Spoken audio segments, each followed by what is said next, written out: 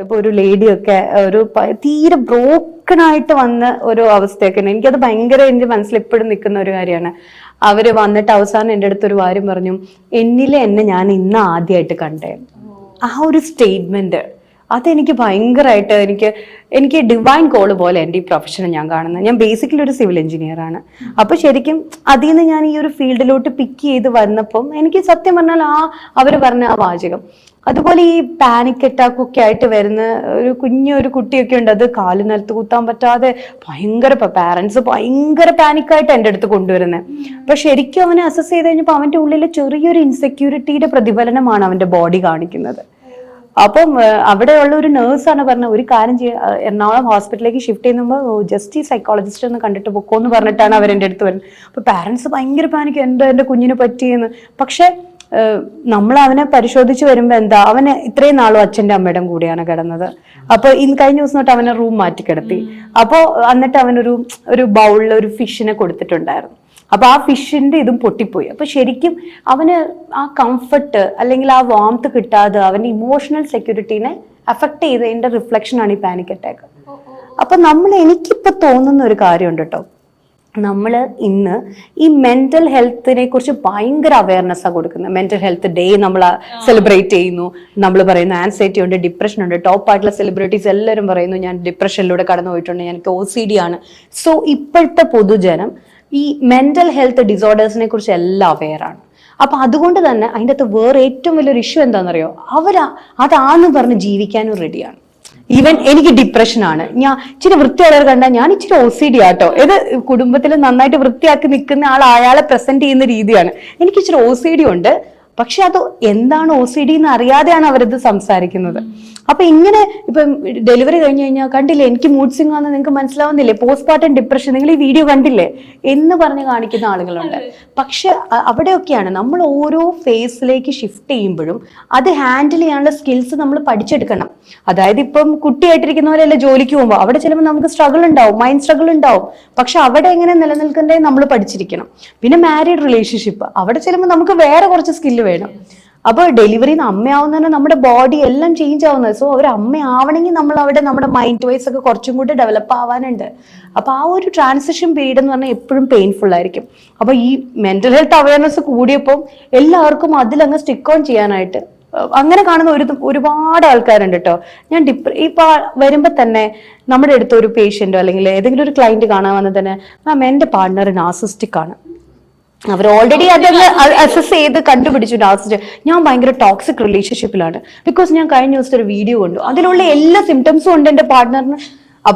അപ്പം ഞാൻ അവരോട് ചോദിച്ചു, ഓക്കെ നാർസിസ് ആണ്, പുള്ളിയുടെ കാര്യം മാത്രമേ ഉള്ളൂ എന്നാണ് നാർസിസത്തിന്റെ എക്സാമ്പിൾ ആയിട്ട് പറയുന്നത്. അപ്പൊ ഞാൻ പറയും അങ്ങനെയാണെങ്കിൽ ഈ ലോകത്തുള്ള എല്ലാവരും നാർസിസ്റ്റിക് ആണ്. കാരണം സെൽഫ് ലവ് ഇല്ലാത്ത ഒരാൾക്ക് ഗ്രോ ചെയ്യാൻ പറ്റില്ല. അതൊരു ലിമിറ്റിന് മുകളിൽ വരുമ്പോൾ മാത്രമാണ് അത് നാർസിസത്തിലേക്കൊക്കെ ഷിഫ്റ്റ് ആവുന്നുള്ളൂ. പക്ഷെ ഇതുപോലെ തെറ്റിദ്ധരിക്കപ്പെടുന്നുണ്ടെന്ന് എനിക്ക് ഭയങ്കരമായിട്ട് തോന്നാറുണ്ട്. അപ്പൊ ആൻസൈറ്റി ആണെന്നും പാനിക് ആയിട്ട് ഇപ്പൊ ലേഡീസ്, ഞാനൊരു വിമൻ ആണ്, പക്ഷെ ഞാൻ പറയുന്നത് വെച്ചാൽ ഇപ്പൊ എല്ലാവരും പറഞ്ഞത് എനിക്ക് മൂഡ് സ്വിങ്സ് ആണ്, എനിക്ക് ഈ സമയത്ത് എന്റെ പീരീഡ്സിന്റെ സമയത്ത് എനിക്ക് ഭയങ്കര മൂഡ് സ്വിങ്സ് ആണ്, അത് നിങ്ങൾക്ക് അറിയില്ലേ, ഇനി ഈ ഡേയ്സിൽ ഡിസ്റ്റർബ് ചെയ്യരുത്. ഞാൻ പക്ഷെ ഒരു ചോദ്യം ചോദിക്കട്ടെ, ഈ 2-3 തലമുറ മുമ്പുള്ള അമ്മമാര് പീരീഡ്സ് ആവുന്ന ആരും അറിയുന്ന കൂടിയില്ല.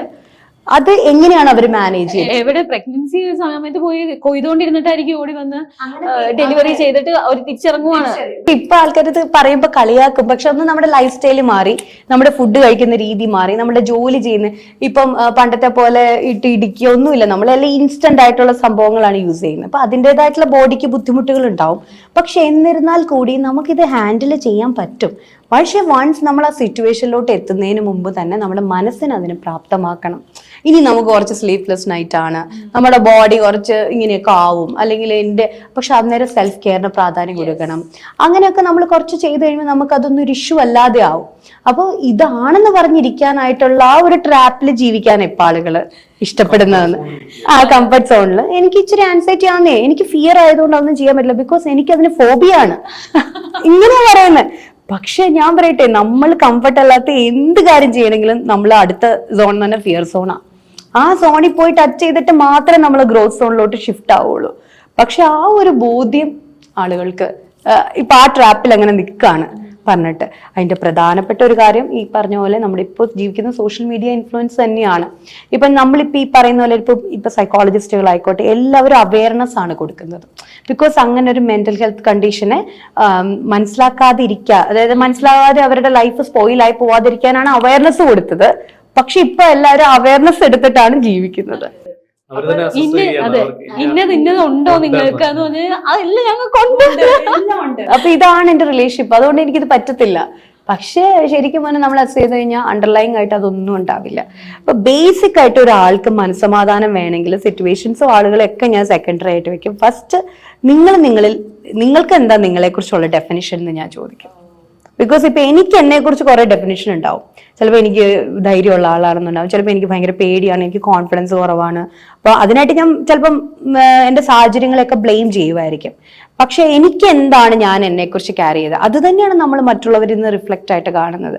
സോ അതിന് അങ്ങനെ ക്യാരി ചെയ്യാനും എന്തെങ്കിലുമൊക്കെ റീസൺസ് കാണും കേട്ടോ. നമ്മുടെ മുൻകാല അനുഭവങ്ങളൊക്കെ കാണും. ബ്രെയിൻ ഭയങ്കര രസമാണ്. അപ്പൊ ഞാൻ എന്താന്ന് വെച്ചാൽ ഈ നമ്മുടെ മാനുവൽ എന്താന്ന് ആളുകളെ ഒന്ന് ടീച്ച് ചെയ്യണമെന്ന് എനിക്ക് ഭയങ്കര ആഗ്രഹമുണ്ട്. എങ്ങനെയാണ് നിങ്ങളുടെ മനസ്സ് പ്രവർത്തിക്കുന്നത്, ഇതിന്റെ മെക്കാനിസം ഒന്ന് പഠിച്ചു കഴിഞ്ഞാൽ എങ്ങനെയാ നമ്മുടെ ബ്രെയിൻ അടിപൊളിയാണ്. കാരണം അതിനെക്കുറിച്ച് നമ്മൾ പഠിക്കും തോറും നമുക്ക് മനസ്സിലാവും ഇതിന് ഇങ്ങനെ ഹാൻഡിൽ ചെയ്താൽ മതി എന്നുള്ളത്.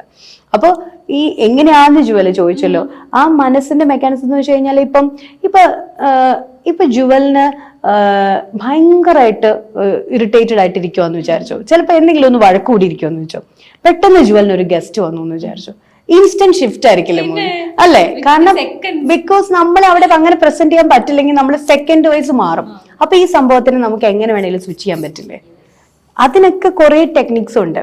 അതിനാണ് ഞാൻ പറഞ്ഞത് നമ്മൾ എന്താണ് നമ്മുടെ ഇൻസൈഡ് ഹോൾഡ് ചെയ്യുന്നത് എന്നുള്ളത് വലിയ കാര്യമാണ്. ശരിക്കും ഒരാളിപ്പോ ഡോക്ടറെ കാണാൻ വന്നിട്ടുണ്ടെങ്കിൽ ആദ്യമേ തന്നെ നമ്മൾ എന്താണെന്നുള്ള എല്ലാ കാര്യങ്ങളും ശരിക്കും പറയണം അല്ലേ? എന്നാലല്ലേ അത് പറയൂ.